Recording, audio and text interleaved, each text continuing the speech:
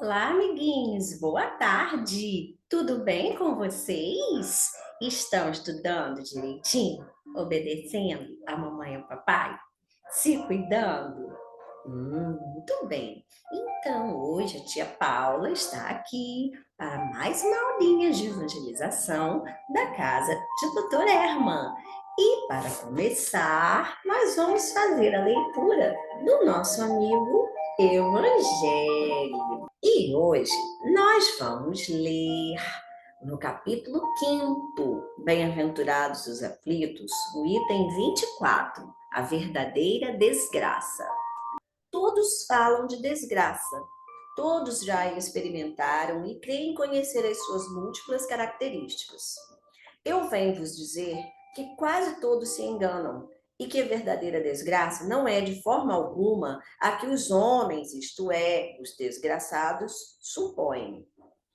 Eles a veem na miséria, no fogão sem fogo, no credor que ameaça, no berço vazio, sem o anjo que nele sorria, nas lágrimas, no féretro que se acompanha de cabeça descoberta e o coração despedaçado, na angústia da traição, no desnudamento do orgulho que queria se vestir de púrpura e que com dificuldade esconde sua nudez sob os farrapos da vaidade. Tudo isso e muitas outras coisas ainda chama-se desgraça na linguagem humana. Sim, é a desgraça para aqueles que não veem nada além do presente, mas a verdadeira desgraça está nas consequências de um fato, mais do que no próprio fato. Dizei-me se um acontecimento feliz para o momento, mas que tem consequências funestas, não é em realidade mais infeliz do que aquele que inicialmente causa grande contrariedade e acaba por produzir o bem.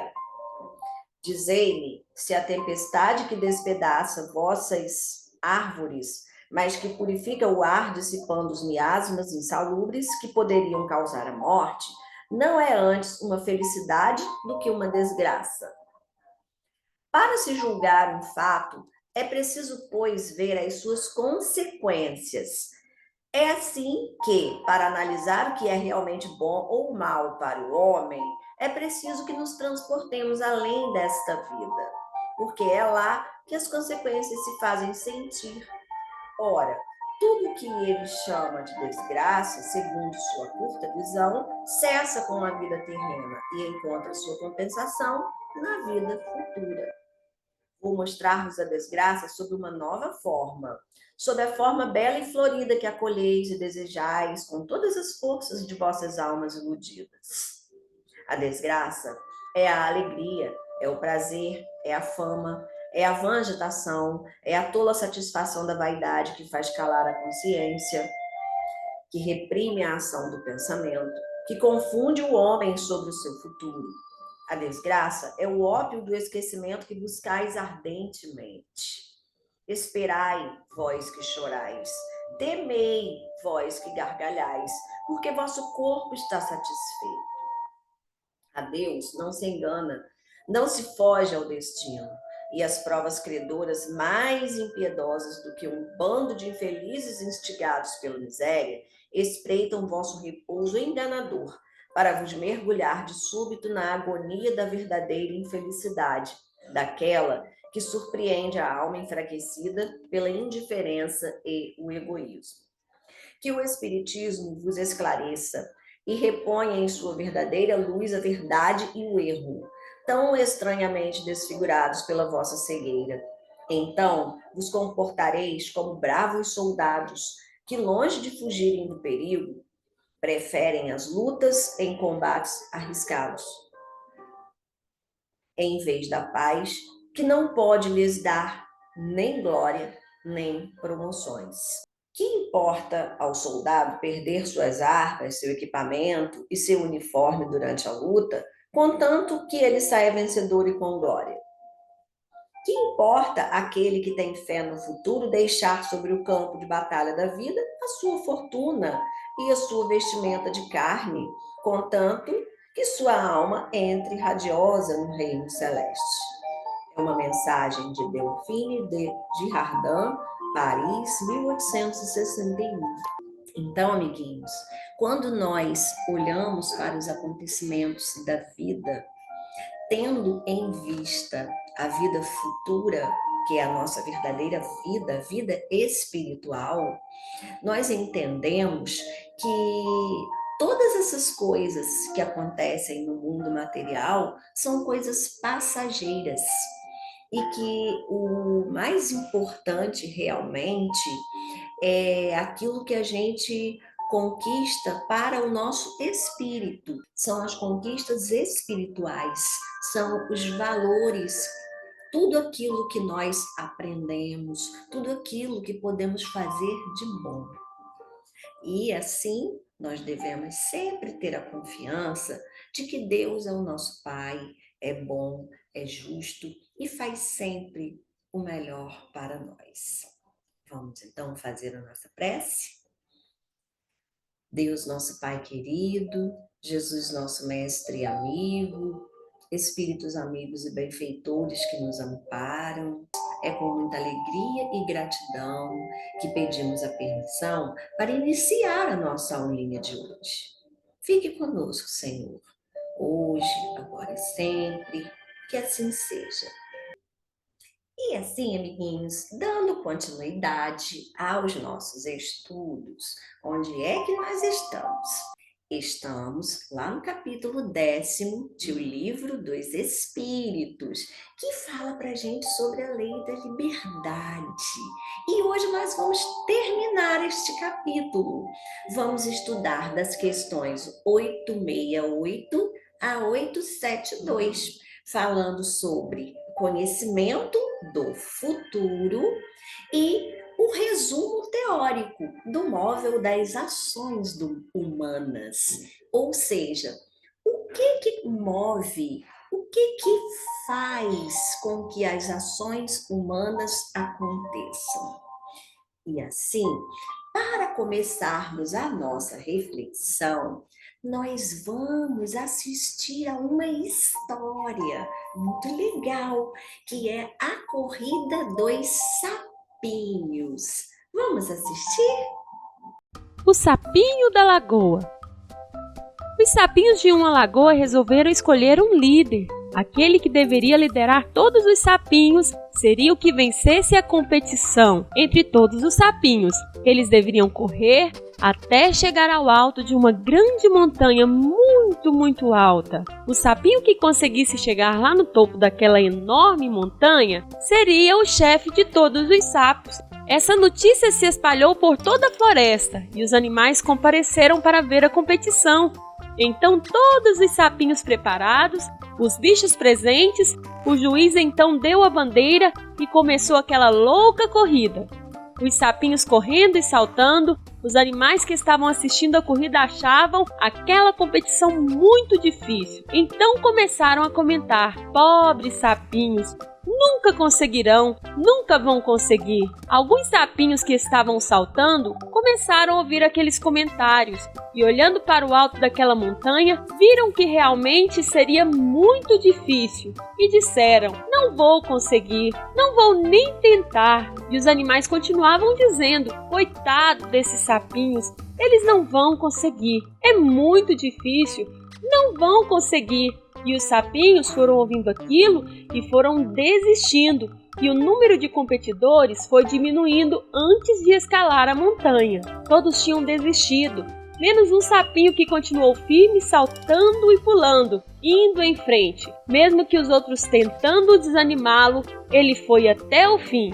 E todos foram correndo querendo saber como ele tinha conseguido, porque ele não tinha desistido, e perguntavam, até que ele disse: muito obrigada por me incentivar, muito obrigado mesmo. Então todos perceberam que o sapinho era surdo e disseram: pessoal, nós temos muito que aprender com o líder dos sapos. Nunca devemos ouvir pessoas que tentam nos desanimar dos nossos sonhos e objetivos. Sendo assim, todos os animais naquele dia aprenderam o segredo da vitória. E vocês, aprenderam o segredo para serem vencedores? Gostaram da história? Muito legal, não é? Então, amiguinhos, fazendo aqui um resumo do que aconteceu lá na historinha e também do tema do nosso estudo, vamos refletir com a tia aqui. Então, quando aquela corrida foi proposta para determinar quem seria o chefe dos sapinhos, de todos os sapos, que no caso seria o vencedor da corrida, teria como alguém saber quem é que seria o vencedor dentre todos aqueles sapinhos? Não. Por que não? Refletindo aqui sobre o conhecimento do futuro, o que o Livro dos Espíritos traz para a gente sobre isso? Que o conhecimento do futuro não nos cabe. Deus permite apenas em casos muito raros que se conheça o futuro. Deus só permite que alguém conheça algum acontecimento do futuro quando essa informação servir para um bem maior, ou seja, quando essa informação trouxer um bem para a humanidade, para a coletividade de modo geral, não para uma pessoa ou outra. Existe um ditado que a minha avó sempre falava: o futuro a Deus pertence. Por quê? Isso é muito importante.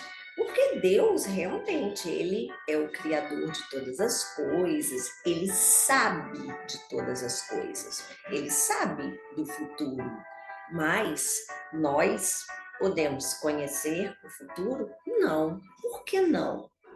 Porque se nós soubéssemos o que vai acontecer em nosso futuro, isso atrapalharia a nossa vida, porque não poderíamos exercer o nosso direito de escolha, o nosso livre arbítrio. Porque nós determinamos muitas vezes os acontecimentos futuros em nossa vida através das ações que nós praticamos hoje. Voltando lá na historinha, os sapinhos começaram animados, né? Aquela corrida. E os outros animais que estavam ali assistindo, eles estavam incentivando? Não, pelo contrário, eles estavam falando: vocês não vão conseguir, é muito difícil, não sei o quê. E aí, ouvindo aquilo, os sapinhos começaram a desistir. Eles não perseveraram, eles não continuaram. Tudo o que os outros animais estavam falando, estavam, na verdade, desanimando os sapinhos, desencorajando. E aí, eles foram desistindo, um a um. Ou seja, eles não tiveram perseverança para continuar. Apenas um sapinho chegou ao final, conseguiu atingir o seu objetivo. E aí, todos ficaram surpresos com aquilo. Nossa, todo mundo desistiu, mas ele não. Ele foi até o fim. E descobriram depois que aquele sapinho que continuou, ele não conseguia ouvir, ele era surdo. E assim, como ele não ouviu o que os outros animais estavam falando, né, desencorajando os participantes da corrida, ele não ouviu. E aí, ele foi em frente, ele continuou e ele conseguiu. Então, nós temos sempre que pensar que as nossas ações também determinam o nosso futuro. Por quê? Se ele não tivesse continuado, seguido em frente, não haveria vencedor nessa corrida. Ele não conseguiria atingir o seu objetivo. Então, nós devemos sempre guardar isso em nossa cabeça, em nosso coração. Nós não temos que querer conhecer o futuro. Para quê? Uma informação sobre um acontecimento do futuro poderia, em vez de ajudar, poderia atrapalhar a nossa vida, porque não iríamos exercer o nosso livre-arbítrio, o nosso direito de escolha. Poderíamos ficar desanimados. Eu não vou fazer nada porque vai acontecer isso mesmo comigo, não é? Poderíamos ficar estacionados no tempo, sem praticar nenhuma ação, apenas com os braços cruzados, esperando os acontecimentos chegarem até nós. E não é isso que Deus quer de nós, não é? Deus quer que pratiquemos sempre boas ações, que procuremos sempre progredir através do estudo, através do trabalho, através das boas atitudes. E assim, nós não temos que ficar preocupados com o que vai acontecer no meu futuro, eu quero saber. Não, nós temos que fazer a nossa parte, procurando sempre aquilo que eu te falou, aprender coisas novas, praticar boas ações, não é? E assim, fazer também boas escolhas, que vão determinar os acontecimentos futuros também.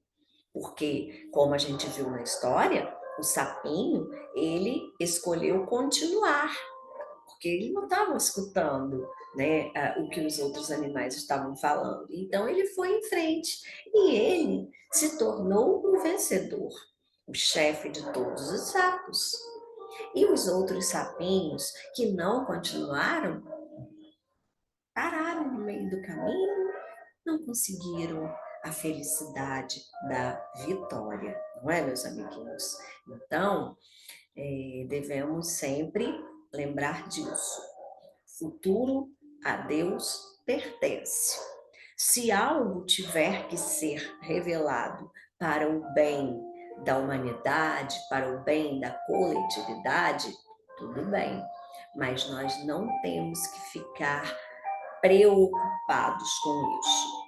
Devemos apenas fazer a nossa parte em todos os lugares em que estivermos, procurando sempre fazer tudo aquilo que temos que fazer da melhor maneira possível, né? Com dedicação, com responsabilidade, com amor, com alegria.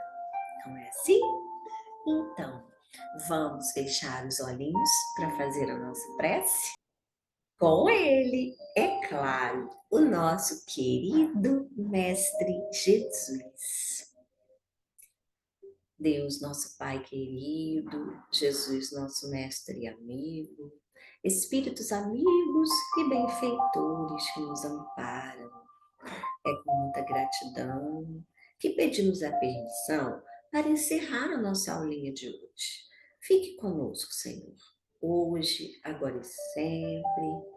Que assim seja, graças a Deus.